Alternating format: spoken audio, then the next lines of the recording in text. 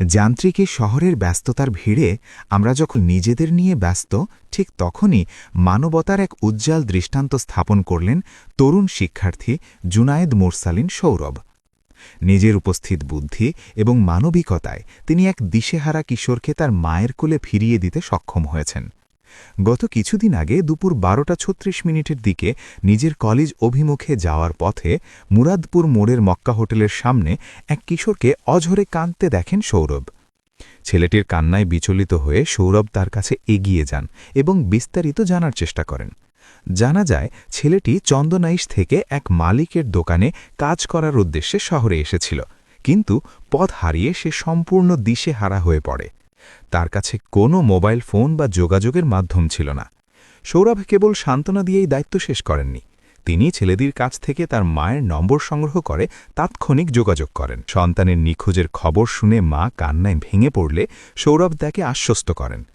এরপর বেশ কয়েকবার চেষ্টার পর ছেলেটির গন্তব্যস্থল অর্থাৎ তার মালিকের নম্বর জোগাড় করেন সৌরভ, কিন্তু মালিক তাকে পুনরায় বাড়িতে পাঠিয়ে দেওয়ার পরামর্শ দিলে সৌরভ কিছুটা হতাশ হলেও হাল ছাড়েননি।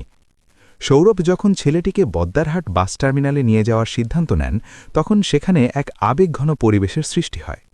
সৌরভ জানান, এই যান্ত্রিক শহরে মানুষ যেখানে সামান্য টাকার জন্য ঝগড়া বিবাদ করে, সেখানে ওই মুহূর্তে উপস্থিত কয়েকজন সাধারণ মানুষ ছেলেটির অসহায়ত্ব দেখে স্বেচ্ছায় তার যাতায়াতের জন্য টাকা তুলে দেন। মানুষের এই ভালোবাসা দেখে আমি অভিভূত হয়েছি। পরবর্তীতে সৌরভ নিজ দায়িত্বে ছেলেটিকে সঠিক গাড়িতে তুলে দেন।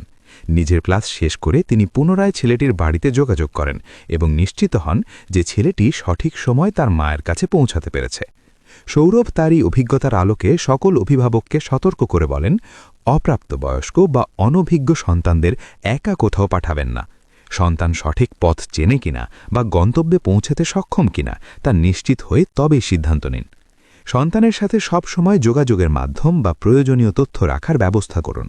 মানবিক এই কাজের নায়ক জুনায়েদ মোরসালিন সৌরভের বাড়ি সন্দ্বীপ উপজেলার সারিকাইত ইউনিয়নের ৭ঘড়িয়া ৮ নং ওয়ার্ড এলাকায়। তিনি ৭ঘড়িয়া সরকারি প্রাথমিক বিদ্যালয় থেকে প্রাথমিক এবং রেসিডেন্সিয়াল মডেল স্কুল থেকে এসএসসি সম্পন্ন করেছেন। বর্তমানে তিনি শ্যামলী পলিটেকনিক ইনস্টিটিউটে অটোমোবাইল ডিপার্টমেন্টে অধ্যয়নরত।